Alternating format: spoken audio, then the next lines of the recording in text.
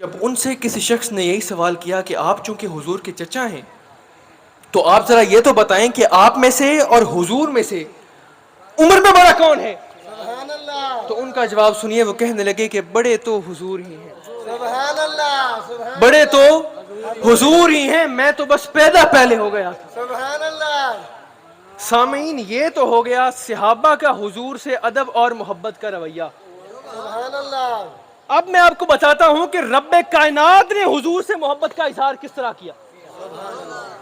مفسرین بیان کرتے ہیں کہ اللہ نے قرآن کی آیت اتار دی۔ اللہ فرماتا ہے کہ لوگوں آگاہ ہو جاؤ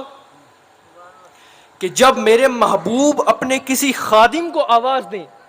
سبحان اللہ اور وہ حالت نماز میں ہو، نماز ادا کر رہا ہو، اور میرے محبوب اسے آواز دیں اور وہ میرے محبوب کی بارگاہ میں فوراً حاضر ہونے کی بجائے نماز مکمل کرنے میں لگ جائے، تو اس پر بھی اللہ نے آیت اتار دی۔ اللہ فرماتا ہے کہ لوگوں آگاہ ہو جاؤ کہ جب میرے محبوب اپنے کسی خادم کو آواز دیں اور وہ حالت رکوع میں ہو اور پکار رہا ہو سبحان ربی العظیم، سبحان اللہ سبحان ربی العظیم، سبحان ربی العظیم، جب وہ حالت رکوع میں ہو اور میرے محبوب اسے آواز دیں تو اب اس نے سبحان ربی العظیم نہیں کہنا، اس نے کہنا ہے لبیک یا مصطفیٰ، لبیک یا رسول اللہ۔ جب وہ حالت سجدہ میں ہو اور پکار رہا ہو سبحان ربی العالی، سبحان ربی العالی، سبحان ربی العالی، اور میرے محبوب اسے آواز دیں تو اب اس نے سبحان ربی العالی نہیں کہنا، اس نے کہنا ہے لبیک یا مصطفیٰ، لبیک یا رسول اللہ۔ اور جب میرے محبوب اپنے اس خادم کو کسی کام بھیجیں تو اس کام کے مکمل کر کے آنے کے بعد وہ خادم اسی رکوع سے، اسی سجدہ سے نماز شروع کر لے، قبول کرنا میرا کام ہے۔ سبحان اللہ سبحان اللہ سبحان اللہ تکبیر اللہ اکبر یا رسول اللہ یا رسول اللہ حیدری یا علی تاجدار ختم نبوت، زندہ باد تاجدار ختم نبوت، زندہ باد ادب مصطفیٰ، ادب مصطفیٰ، ادب مصطفیٰ، محفل میلاد مصطفیٰ۔ زندہ باد حضور کے ایک اور صحابی ہیں جن کا نام ہے حضرت کعب بن زہیر سبحان اللہ رضی اللہ عنہ۔ حضور کے صحابی ہیں اور شاعر ہیں، اور یہ حدیث مبارکہ حضرت انس بن مالک نے روایت کی ہے۔ سبحان اللہ کعب کہتے ہیں کہ میں چونکہ شاعر تھا تو میں ایمان لانے سے پہلے حضور کے خلاف اشعار لکھا کرتا تھا، اللہ اکبر حضور کے خلاف باتیں لکھا کرتا تھا۔ فتح مکہ کے بعد اللہ نے دل کے حال کو بدل دیا، بھائی ایمان لے آئے اور کعب بھی ایمان لے آئے۔ سبحان اللہ سبحان اللہ اب ایمان لے آئے تو دل چاہا کہ حضور کا دیدار کروں، سبحان اللہ محمد عربی کو تکوں، تو کیا کیا کہ اپنے چہرے کو چادر سے ڈھانپا اور اجنبی بن کر مدینہ منورہ آ گئے۔ سبحان اللہ آ کر حضور کا پوچھا تو پتہ چلا کہ حضور مسجد میں تشریف فرما ہے، سبحان اللہ تو ویسے اپنے چہرے کو نقاب سے ڈھانپا ہوا ہے اور اجنبی بن کر آ کر حضور کی محفل میں بیٹھ گئے۔ آ کے کچھ دیر حضور کو سنا اور پھر سوال کرتے ہیں کہ حضور اگر کوئی شخص کافر ہو اور ایمان لے آئے تو حضور کیا ایسے بندے کے لیے معافی کی گنجائش ہے؟ سبحان اللہ حضور نے فرمایا ہاں ہے۔ پھر سوال کرتے ہیں کہ حضور اگر کوئی شخص ایمان لانے سے پہلے آپ کے خلاف باتیں کرتا رہا ہو، آپ کے خلاف اشعار لکھتا رہا ہو، اور حضور بعد میں ایمان کی توفیق مل جائے، بعد میں ایمان لے آئے، تو حضور کیا ایسے گناہگار کے لیے بھی معافی کی گنجائش ہے؟ سبحان اللہ سبحان اللہ قربان جائیں، حضور نے فرمایا ہاں ہے۔ سبحان اللہ پھر سوال کرتے ہیں کہ حضور اگر کوئی بندہ کعب بن زہیر جتنا گنہگار ہو، حضور کعب بن زہیر جیسا بندہ ہو، حضور ایمان کی توفیق مل جائے، تو کیا حضور اتنے بڑے گناہگار کے لیے بھی معافی کی گنجائش ہے؟ سبحان اللہ بے شک قربان جائیں آقا کی کریمی پر، حضور نے فرمایا ہاں اتنے بڑے گناہگار کے لیے بھی معافی کی گنجائش ہے۔ سبحان تو اللہ اس پر سبحان اللہ کعب نے اپنے چہرے سے نقاب ہٹایا اور کہتے ہیں کہ حضور کعب حاضر ہے۔ سبحان اللہ حضور کے دست انور پر بیعت کی، اور پھر جب اٹھنے لگے تو کہتے ہیں کہ حضور نعت بھی لکھ کر لایا ہوں۔ سبحان اللہ قربان جائیں ذرا ذہنوں میں لائے وہ منظر کہ وہ بندہ جو ایمان لانے سے پہلے حضور کے خلاف ازاں رکھتا ہے، حضور کے دست پاک پر بیعت کرتا ہے، حضور کی بارگاہ میں حاضر ہوتا ہے، اور پھر جب اٹھنے لگتا ہے تو کہتا ہے کہ حضور آپ کی تعریف لکھ کر لایا ہوں، حضور نعت لکھ کر لایا ہوں، اجازت ہو تو سنا دوں؟ سبحان اللہ حضور نے فرمایا اجازت ہے۔ اور پھر علماء بیان کرتے ہیں کہ کعب نے بہت طویل قصیدہ پڑھا، سبحان اللہ کیونکہ علماء نے اپنی کتب میں نقل کیا ہے، اور قصیدہ پڑھتے پڑھتے جب کعب اس مصرع پر پہنچے سبحان اللہ تو حضور نے کچھ کیا۔ کیا کیا؟ کہ قصیدہ پڑھتے پڑھتے جب کعب اس مصرع پر پہنچے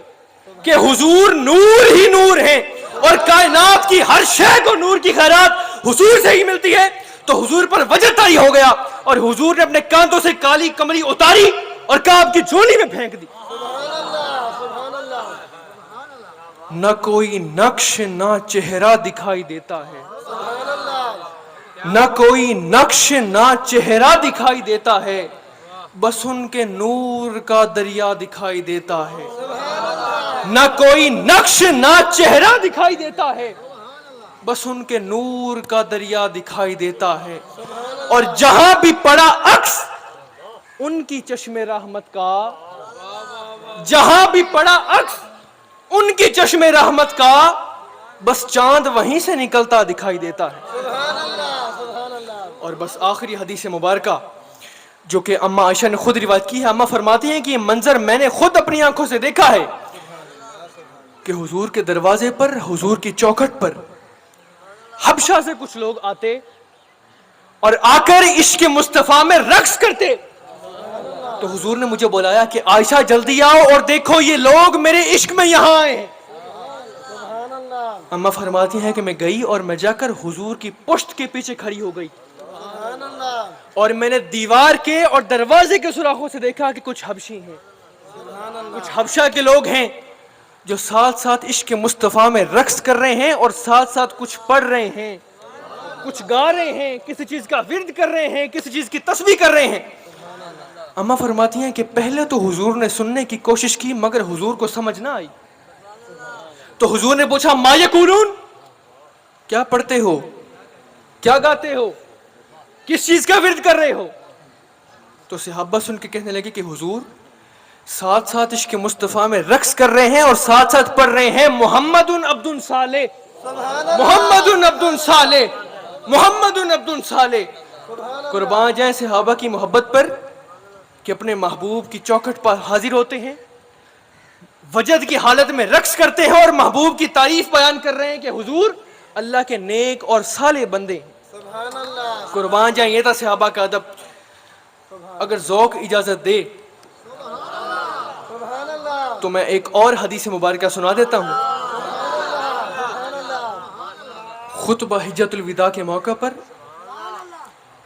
حضور کی بارگاہ میں 1.25 لاکھ صحابہ کرام کا ہجوم موجود تھا۔ سبحان اللہ کتنے صحابہ کرام کا؟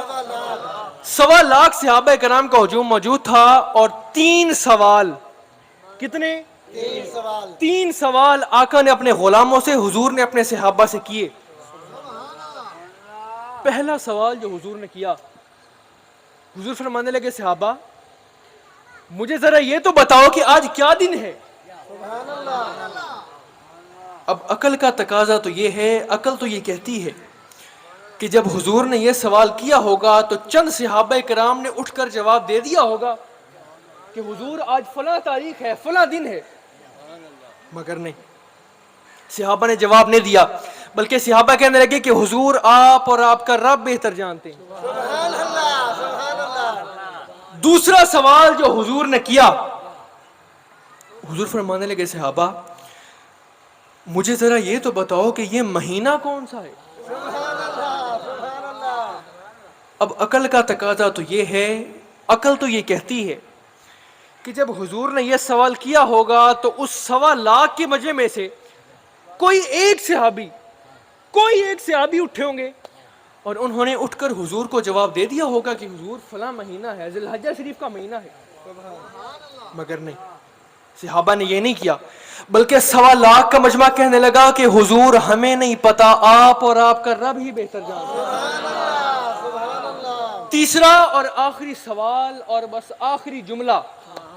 سبحان اللہ، تیسرا سوال جو حضور نے کیا، حضور فرمانے لگے صحابہ مجھے ذرا یہ تو بتاؤ کہ یہ شہر کون سا ہے؟ سبحان اللہ، سبحان اللہ، اب عقل کا تقاضا تو یہ ہے کہ جب ہم یہ منظر اپنے ذہنوں میں اتارتے ہیں کہ حضور منبر پر موجود ہیں اور حضور نے 1.25 لاکھ صحابہ سے مخاطب ہو کر یہ سوال کیا ہے کہ صحابہ مجھے یہ بتاؤ کہ یہ شہر کون سا ہے، اور غور کریں کہ آگے صحابہ کرام بھی وہ بیٹھے ہیں کہ جن کی تمام تر عمریں مکہ میں گزری ہیں، جن کا سارا بچپن، جن کی ساری جوانی مکہ میں گزری ہے۔ تو جب ہم یہ منظر اپنے ذہنوں میں لاتے ہیں تو عقل تو یہ کہہ اٹھتی ہے کہ صحابہ کرام نے جواب دے دیا ہوگا کہ حضور مکہ مکرمہ شہر ہے، فلاں شہر میں ہم موجود ہیں، مگر نہیں، ادب کا یہ عالم ہے اور حضور کی صحبت کا یہ اثر ہے کہ 1.25 لاکھ کا مجمع اٹھا کہ سونیا ہمیں نہیں پتا، آپ اور آپ کا رب ہی بہتر جانتے۔ خطبہ مکمل ہوا اور اس موقع کے کافی عرصہ کے بعد وہ سارے صحابہ کرام کسی مجلس میں، کسی محفل میں موجود تھے، اور ان سے کسی شخص نے یہ سوال کیا کہ بھائی مجھے ذرا یہ تو بتاؤ کہ آپ لوگ حجۃ الوداع کے موقع پر حضور کی بارگاہ میں 1.25 لاکھ کی تعداد میں موجود تھے، سبحان اللہ، اور حضور نے آپ تمام سے 3 بڑے سادہ سے سوال کیے تھے سبحان اللہ، کہ صحابہ مجھے یہ بتاؤ کہ آج کیا دن ہے، یہ مہینہ کون سا ہے، یہ شہر کون سا ہے، سبحان اللہ، اور آپ لوگوں نے حضور کے ان 3 بڑے سادہ سے سوالوں کا سیدھے سیدھے جواب دینے کی بجائے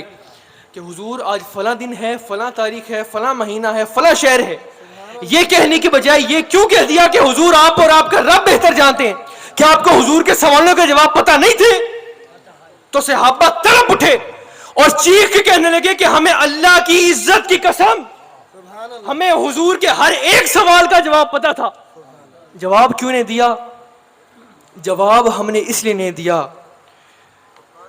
کہ حضور چاہتے تو دن بدل دیتے، سبحان اللہ، سبحان اللہ، حضور چاہتے تو مہینہ بدل دیتے، سبحان اللہ، حضور چاہتے تو شہر بدل دیتے، تو ہماری غیرت نے یہ گوارا نہیں کیا کہ ہمارا جواب محبوب کی منشا سے ٹکرا جائے۔ جواب ہم نے اس لیے نہیں دیا کہ کہیں ہمارا جواب اور محبوب کی منشا آمنے سامنے نہ آ جائے۔ سبحان اللہ، سبحان اللہ، دعا کرتے ہیں کہ اللہ کی کریم ہمیں بھی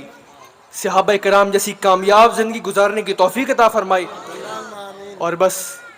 بات کا اختتام اس شعر پہ کروں گا کہ پیر نصیر الدین نصیر رحمت اللہ علیہ وہ جاتے ہوئے یہ کہہ گئے کہ زمانے والوں میری بات پر غور کرنا ہے، میرے جملے کا وزن کرنا ہے، میں کیا کہہ رہا ہوں۔ زمانے والوں ان باتوں کو چھوڑ دو کہ میرے آقا مال دے سکتے ہیں یا نہیں، اولاد دے سکتے ہیں یا نہیں، رزق دے سکتے ہیں یا نہیں، غیب کا علم رکھتے ہیں کہ نہیں، نوری تھا یا خاکی۔ وہ کہنے لگے کہ زمانے والوں ان باتوں کو چھوڑ دو اور بس اتنی سنو کہ حاضر و ناظر و نور و بشر و غیب کو چھوڑ، حاضر و ناظر و نور و بشر و غیب کو چھوڑ، شکر کر وہ تیرے عیبوں کو چھوائے ہوئے ہیں۔ وآخر دعوانا ان الحمدللہ رب العالمین۔